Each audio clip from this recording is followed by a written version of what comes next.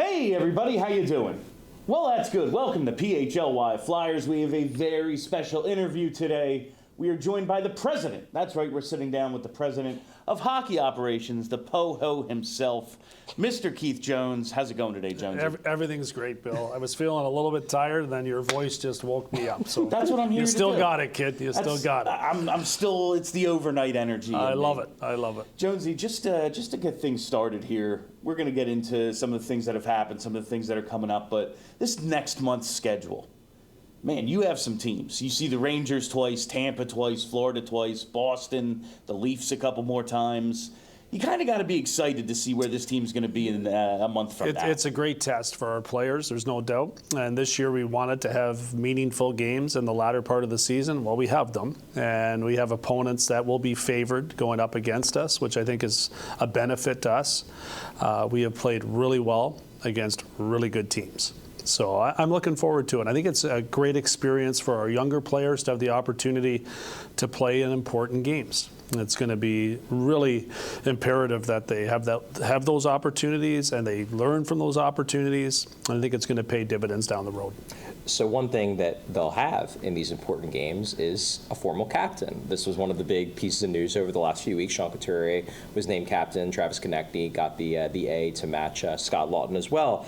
But I want to talk to you about it because at the start of the season, when we talked to John Tortorella, he was pretty adamant that he wasn't going to be giving out the C, at least not this year.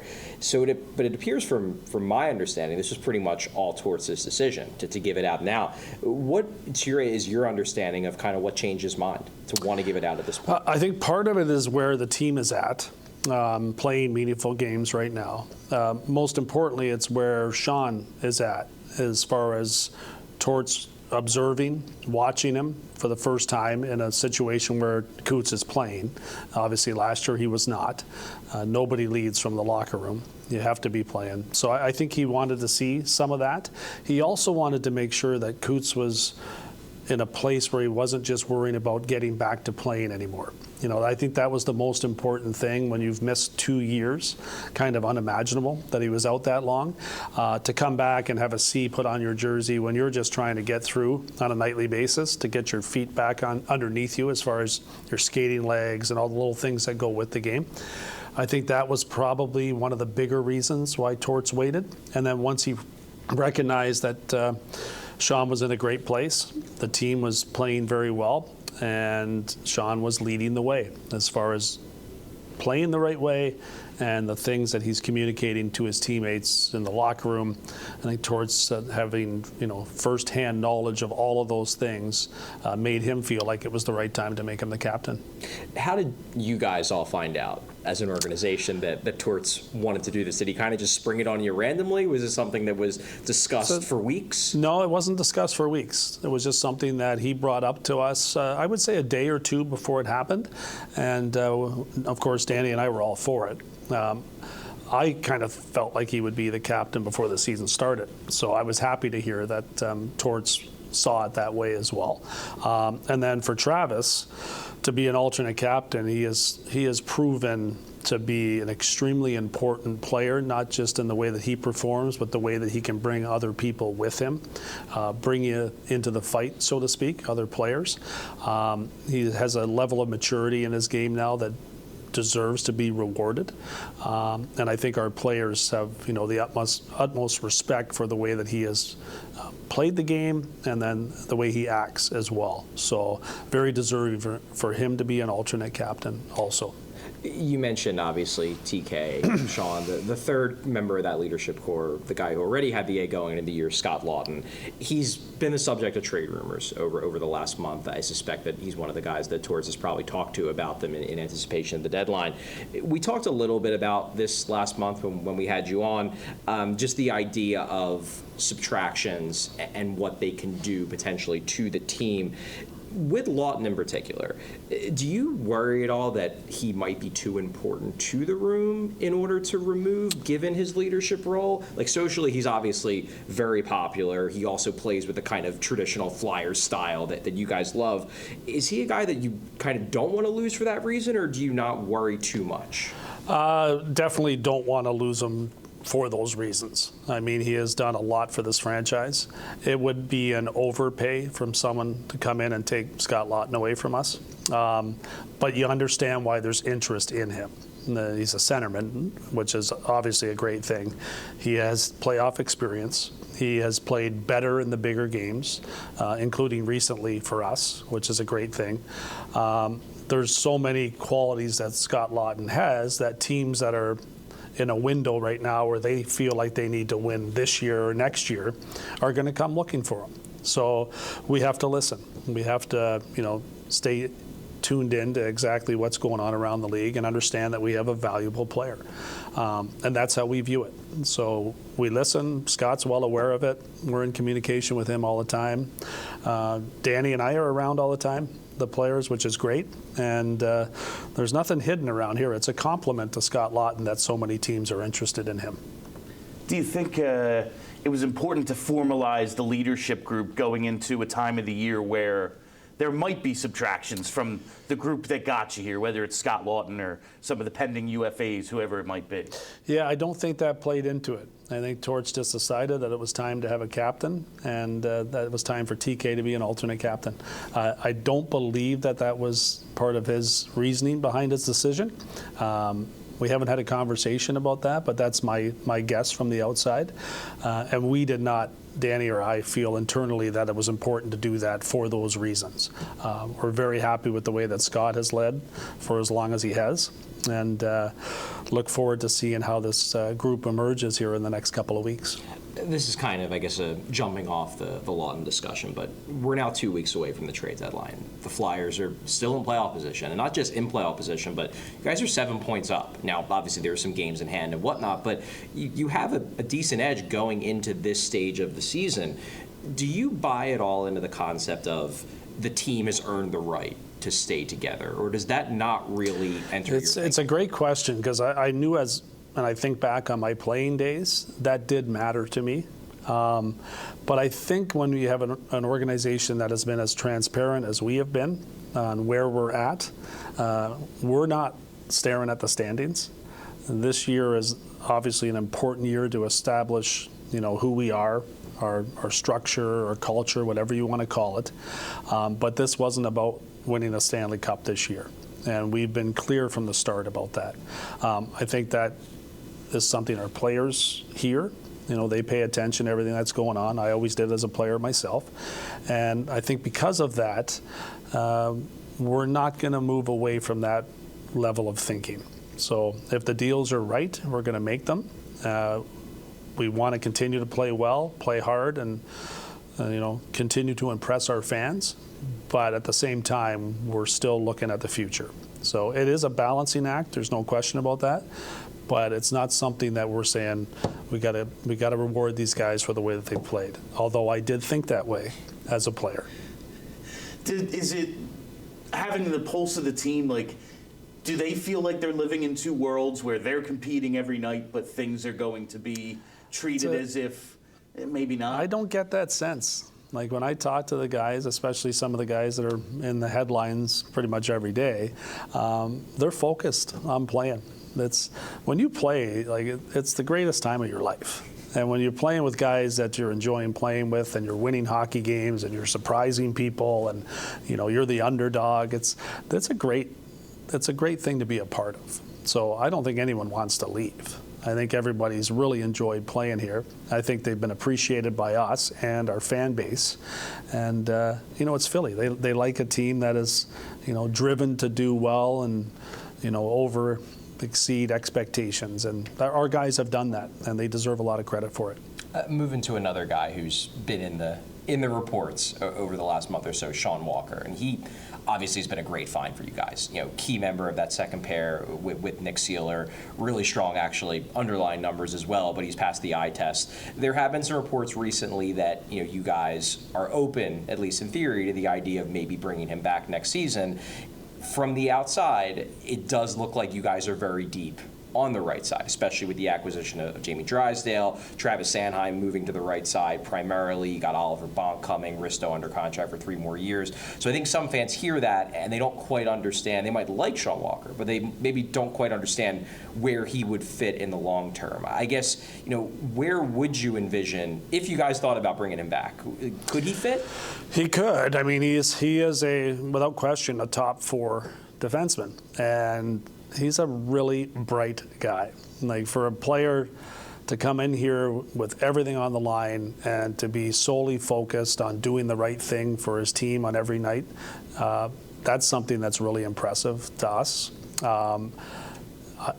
I think he's a really good player. I mean, a really, really good player. So there is something that we definitely have to consider all, aspects of potential deal and keeping him and then bringing him back if he was moved. I mean, there's so many moving parts with this, but he is someone that we would absolutely be comfortable with and keeping around based upon how good of a player he is.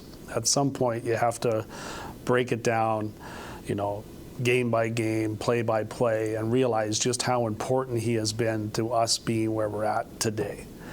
He's done all those things, and he deserves a lot of credit for that under adverse circumstances. So came into a new team, he didn't know anybody except a couple guys he might have worked out with, and he has fit in seamlessly. So there's so many great things that have happened for us, presented by Sean Walker's strong play, that it does give you pause to think about the future. But he's valuable to a lot of other teams right now as well, and we have to listen to everything that's out there also.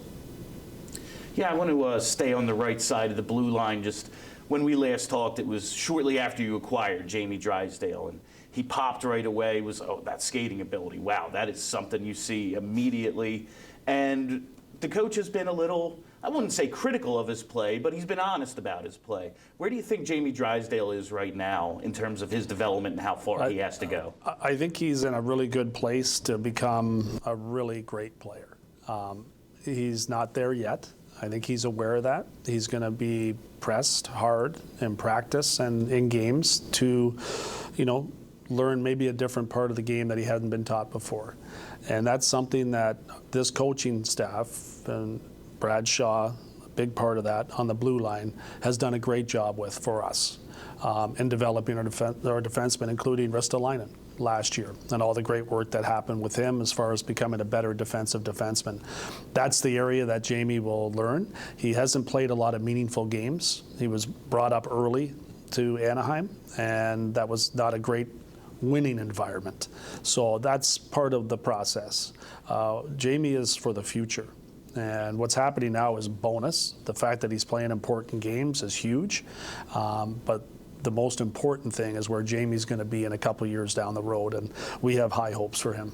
I've heard you mention a couple of times, last time we talked, you think Jamie was brought up too early to the NHL. How big of a part of development do you think that is having guys on the right schedule? It's huge, especially at that position. Being a defenseman, a right-handed defenseman that's being asked to do a lot offensively, there's a lot of pressure that goes with that too. So yeah, I do think it's important that players get the appropriate amount of time in the minors or play longer in junior, whatever it might be. But it's a big jump for a defenseman to go from playing junior hockey to playing on a team in the National Hockey League. And if you're a high pick, you're probably going on to a team that's not in a position to win a lot of games. So I do think that some bad habits there's a risk of bad habits creeping in. So yeah, the development part of it's really important, and I think that's something we're focused on with some of our younger defensemen, like Oliver Bonk. Looking forward to seeing what he becomes, but really happy he's in a position to develop in a great program in London right now. Moving on, we only have a couple more questions for you, Jonesy, but for a more difficult topic, obviously over the past month, Carter Hart took the indefinite leave of absence. Now he was charged with sexual assault in London. Danny's made it clear that you guys are going to, wait to see how the process plays out, that the NHL is kind of taking the lead on it, but it doesn't seem like the trial is going to necessarily be resolved soon. And Carter's contract expires at the end of the year. He's an RFA. I'm just curious, just from, in terms of the fans kind of wondering what's going to happen, is this a situation where you guys will probably retain his rights in the here and now, or is it Don't unknown? know. Yeah, it's unknown, and we're really just letting that process play out because it's obviously a very serious matter that's out of our hands right now. So we'll have to wait and see. Just switch things up a little bit. Coming out of Saturday's Stadium Series, would have been nice to get a win in that, but it's always fun when the Flyers are in the outdoor games. They've had 6. They're actually tied with Chicago and I think Boston for the most. What does that mean for the organization to be like a regular choice in these games? It's obviously it's flattering because it's telling you have a fan base that can sell out a huge stadium. I mean, they're not taking a team that's not going to make it something that's interesting to the fan base to get out and watch. So our fan base is getting back to where we want it to be. We're still not there. We have room for others to join in. We're always looking to make sure that we're providing an interesting team for them to follow and a team that they can be proud of. But being present in those games is a compliment to the organization. We'd like to have some bigger and better ones down the road as well. But how we play and how many fans are showing up to watch us play will dictate whether we're getting those games. So I think we're on the right track. We're getting there, but we want to make sure we do the right things to be competitive for a long time. Does the team look to those big event games as something they just got to get through because it's part of the job? Or is it more fun, like it's something to be excited about? I think it's fun. I do. I think from the organization standpoint, you want to get everything right. You want to make sure the players and their wives have a great time, their families enjoy every bit of it. So I think logistically there's some challenges, but the bottom line is you want to make sure it's a great day for them, an opportunity to, demonstrate our game in front of a huge audience and have a chance to go out there and perform on, an outdoor rink in front of a gigantic crowd and make some things happen. Unfortunately, we lost that one, but we'll try to win one in the future. We got the one win. The one, That's right. The one That's Drew right. Win, but yeah. Was that at the link? At the link. Yeah. But in the future, we'll hopefully turn that record around. Yeah. That's the plan. Before we went live, we were talking about something going on with the Philly media right now where some players on the Eagles are like, I think it's kind of the media's fault why things fall apart in this city. And considering the complete lack of success in this town for like 30 years, you have a unique perspective, player, national and local media member. Now you're running one of the teams. Is it our fault? Is it the media's fault that it's not. It's a great part of it. Should I take the blame? It takes a special athlete to play here. That's how it is. So I've been a member of the media for a long time and was. I think the media pushes us to get the right type of players for the city. I do think it's a unique place. There's no question about that. It's a fun place when you're winning. It's the best. But it's challenging too, and at the same time. So I know it. I know the market well. So hopefully that serves us well here with the Flyers. I think that's everything we have for you, Awesome. Jonesy. But thanks so much again for joining us. Good to catch up. Obviously, it's going to be a busy next couple weeks leading up to March 8th, but we'll see how it plays out. Yeah, we'll talk see. to you on the 9th. Or the 10th. For the 10th. See you guys. Take it easy. Thank you. We all silly like the mayor.